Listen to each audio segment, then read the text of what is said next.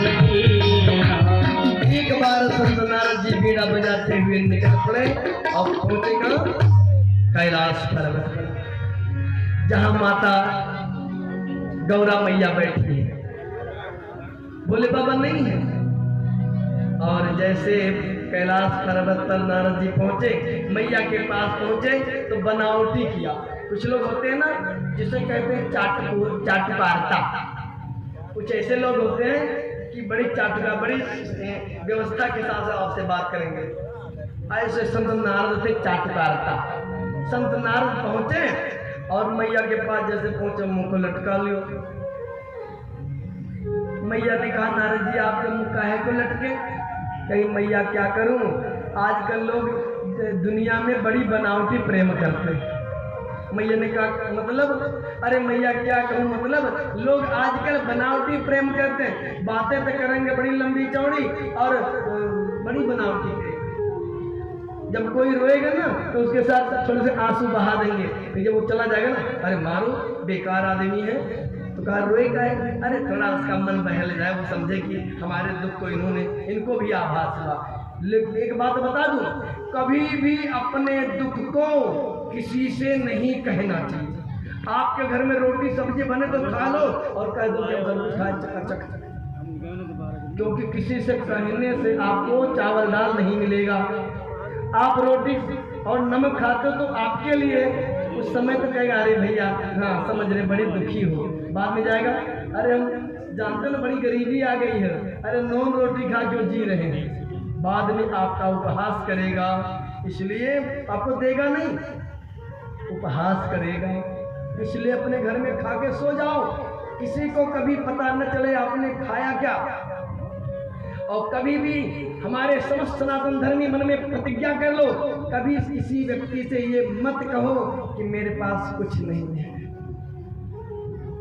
मैं ये भी नहीं कह रहा हूं कि मेरे पास सब कुछ ऐसा कहो, लेकिन यदि कोई पूछे तो कह दो सब भगवान का दिया हुआ चीज सब परिपूर्ण है।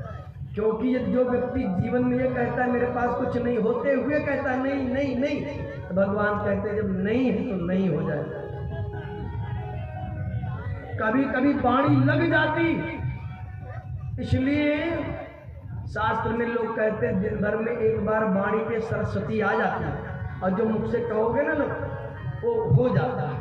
इसलिए कभी किसी से ये मत कहो कि मेरे पास कुछ नहीं। कुछ लोग होते हैं ना बहुत कुछ होता लेकिन क्या करूं भैया कुछ नहीं है कुछ नहीं है, ऐसा कभी नहीं करना चाहिए।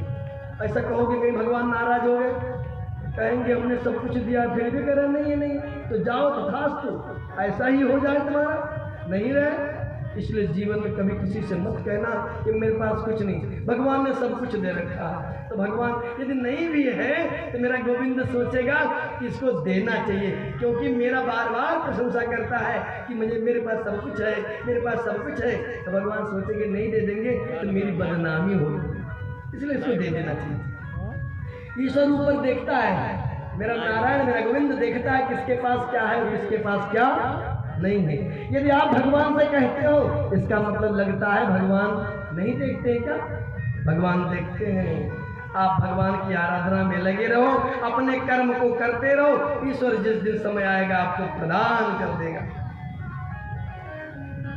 समय की वजह एक बात बताओ आप सब, जब बच्चे को भूख लगती है तभी दूध मिलता? तब भी नहीं मिलता। इस बच्चे को भूख लग जाए तो भी नहीं मिलता। क्यों? जिसका बेटा वो जिसमें वो लगाते हैं नप्पल, हाँ, जिसका बेटा वो बोतल वाला पीता है ना, तो बेटा रोने लगा दूध के लिए। अब जब बच्चा रोता है दूध के लिए तो मैया दौड़ी दौड़ी जाती है, बोतल को साफ करती हैं, उसके बाद में दूध को गर्म करती हैं। और बच्चे को तो भूख बड़ी तेज लगी है, उसे तो दूध चाहिए, लेकिन आप क्या करोगे? नहीं नहीं बोतल गंदा है, इसको एक बार साफ कर ले। और उधर आप साफ करने में बजे, इधर आपने अग्नि पे रख दिया दूध, पता चला दूध ज्यादा गर्म हो गया, तो थाली में भगोने में कटोरे में उसको क्या कर रहे हो? ठंडा कर रहे हो। और बच्चा रो रहा है, कहने का मतलब बच्चा को भूख लगा है, लेकिन माता दूध कब देती है? बोतल भी साफ हो जाए और दूध थोड़ा क्या हो जाए?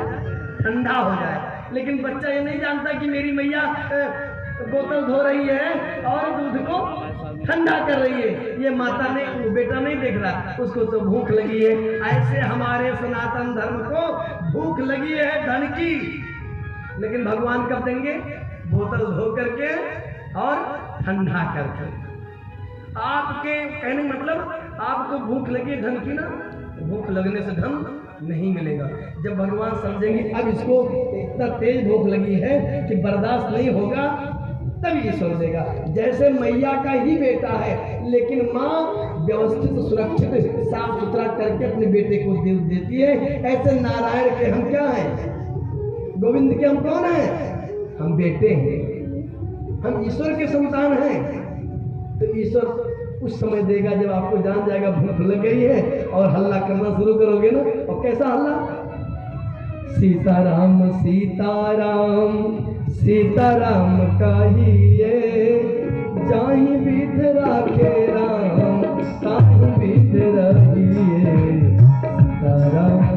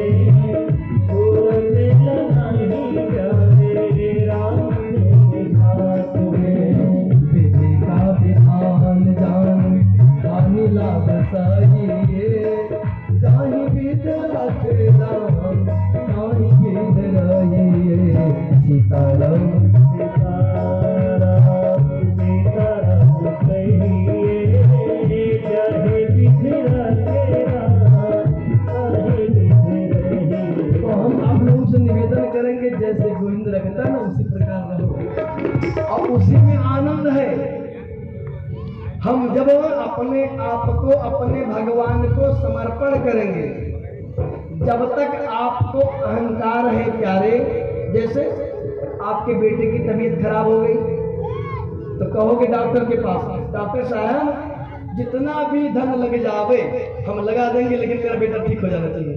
लेकिन जब डॉक्टर सॉरी बोल देगा ना, तब कहोगे होई है वही जो राम रच राखा, होई है वही जो राम रच राखा, होई है वही जो राम रच राखा, होई है वही जो राम रच राखा, होई है वही जो राम रच राखा।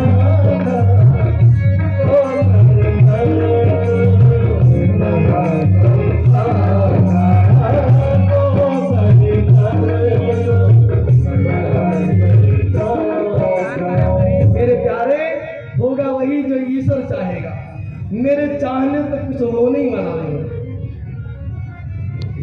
आपन सोचा कछ नहीं और प्रभु सोचा तत्काल।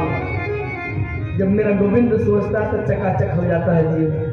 तो आप अपने कथा पे आएंगे। संत नारद जी पहुंचे कहाँ? कैलाश पर। और पार्वती मैया कहती हैं आप मुख को लटकाए काहे बैठे? तो आप बनावटी तेरे में सबसे है प्रभु। तो कहा सबसे हो तो चलेगा, लेकिन मेरे बाबा जो है मुझसे बड़ा प्रेम करते।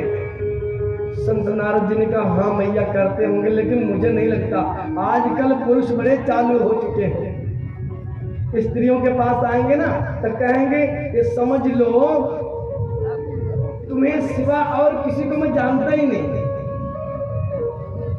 तजो चौथ की चंद की नाही। जैसे जो लोग भाद्रपद महीने के चौथ के चंद्रमा को त्याज देते हैं, ऐसे हम किसी स्त्री को देखते नहीं।